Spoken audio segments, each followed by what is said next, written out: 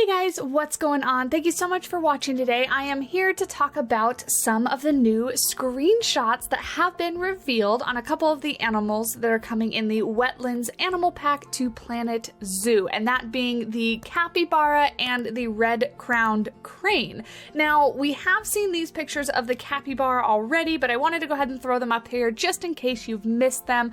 This was the screenshot that we saw on release day. It's just a cute little capybara sitting here in the water in a nice little wetland habitat. But if we move on to the second screenshot, this was revealed yesterday. We can see a mama capybara with little babies and another little capybara in the background. I think these guys look absolutely amazing, and of course they're going to be a fan favorite. Everybody is very excited about these guys. But what I wanted to point out specifically in this screenshot is that I'm actually seeing, I think these two are slightly different colors than this one over here. So I'm very excited to see the color variants coming to the capybaras as well. As you guys know, that a lot of the animals have slightly different colors and patterns and whatnot in game, and it looks like this guy is a little bit more of an ashy color and these guys are a little bit more brown. It could just be the lighting, but that is kind of what I am seeing. Now, it wouldn't be a Simply Savannah video if we didn't talk a little bit about some capybara information. So, is it a beaver without a tail?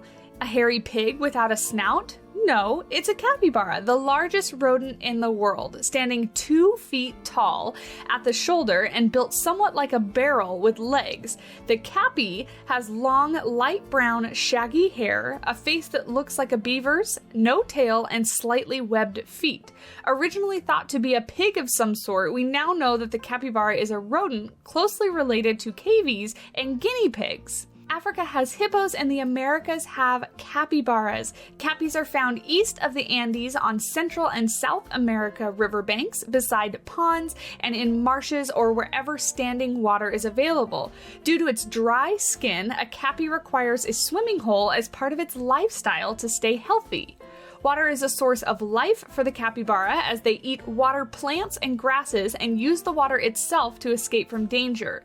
In fact, a capybara can stay underwater for up to 5 minutes at a time to hide from predators. It uses those webbed feet, 4 toes on each front foot and 3 on each back one, to swim as well as walk. And you can see that reflected here in the screenshot. The capybara has 4 little toes on the front and 3 little toes on the back, exactly the same as a guinea pig.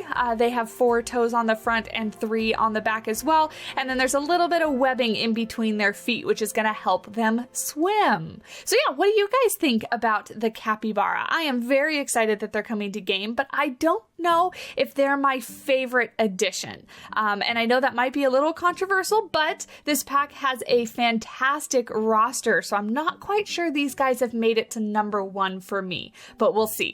And now to today's brand new screenshot, we have the red-crowned crane, and don't these guys look amazing? I am very excited to be getting a new bird species in the game. Now, it does look like these guys are going to function mechanically very similar to the flamingo, just in the way that they work and the way that they're swimming, so that is probably what we can expect to see, but that's not really what I want to talk about in this screenshot. Did you guys spot little baby crane? Little baby crane hiding back here behind this one over on the left-hand side. It actually took me a minute to find it, but I was kind of scouring this screenshot to see if there was anything new I could see, and this little baby is peeking out over the top of this one's back. Very cute. So you can see the baby is all brown with a little bit darker of a head, and then they turn into this bright white and black, highly contrasted body as an adult with the red on its head. And I believe this red on the head is actual skin, it's not feathers. So that's pretty interesting, because I thought at first, I was like, oh, they have little red feathers on their head, but I'm pretty sure it is it's skin on the top of their head. The other thing that I wanted to talk about with this screenshot is the mist. So if we refer back to the 1.9 update notes, it says your habitats won't be missing out on some aqua-based features either. With update 1.9, you'll be able to add both mist and bubble effects to your habitat's water. You'll be able to implement these options from the water information panel alongside the transparency and watercolor options which are already in game. And the mist VFX will also offer customizable color. So I want to bring that up because as you can see in this screenshot, there is lots of mist all over the water. Now this is, as you can see down here, is the VFX mist, I believe, but I am curious as to how different this is going to look with the effect that you can apply by clicking on the water. But they also said that this is recolorable as well. So this VFX here with all the mist, and I think this one's called fog. It might be called mist. I don't use them that much, so apologies, I don't remember what they're called.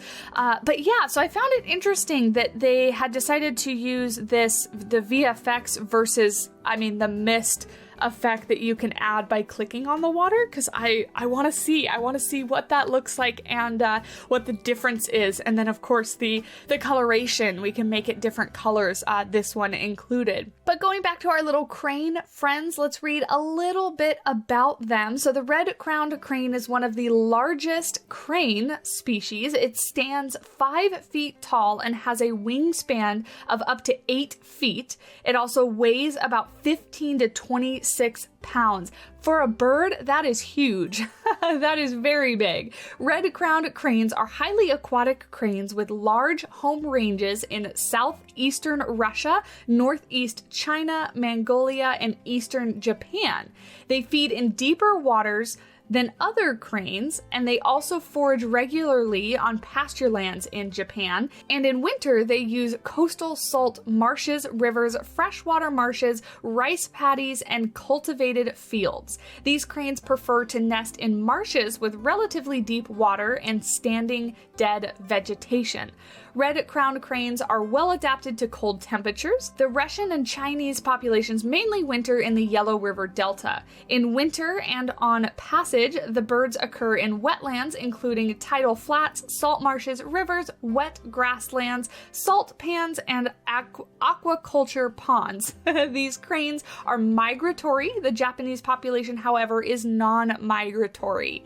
Let me know what you guys think. Are you as excited as I am about the new bird species? Are you excited about some of the other animals that we have yet to see? We've seen a little bit of a glimpse of the platypus, we've seen the water buffalo, and then the Lechwe was in the background, so we couldn't really see them so much, and we haven't really seen much of the otter either. So I'm really excited to see these screenshots going forward. Go ahead and leave a like on this video if you did enjoy, and hit that subscribe button. We'll be covering all of the coming announcements for the Wetlands pack as well as the Wetlands pack itself. But until then, you guys, thank you so much for watching, and I'll talk at you in the next video. Bye!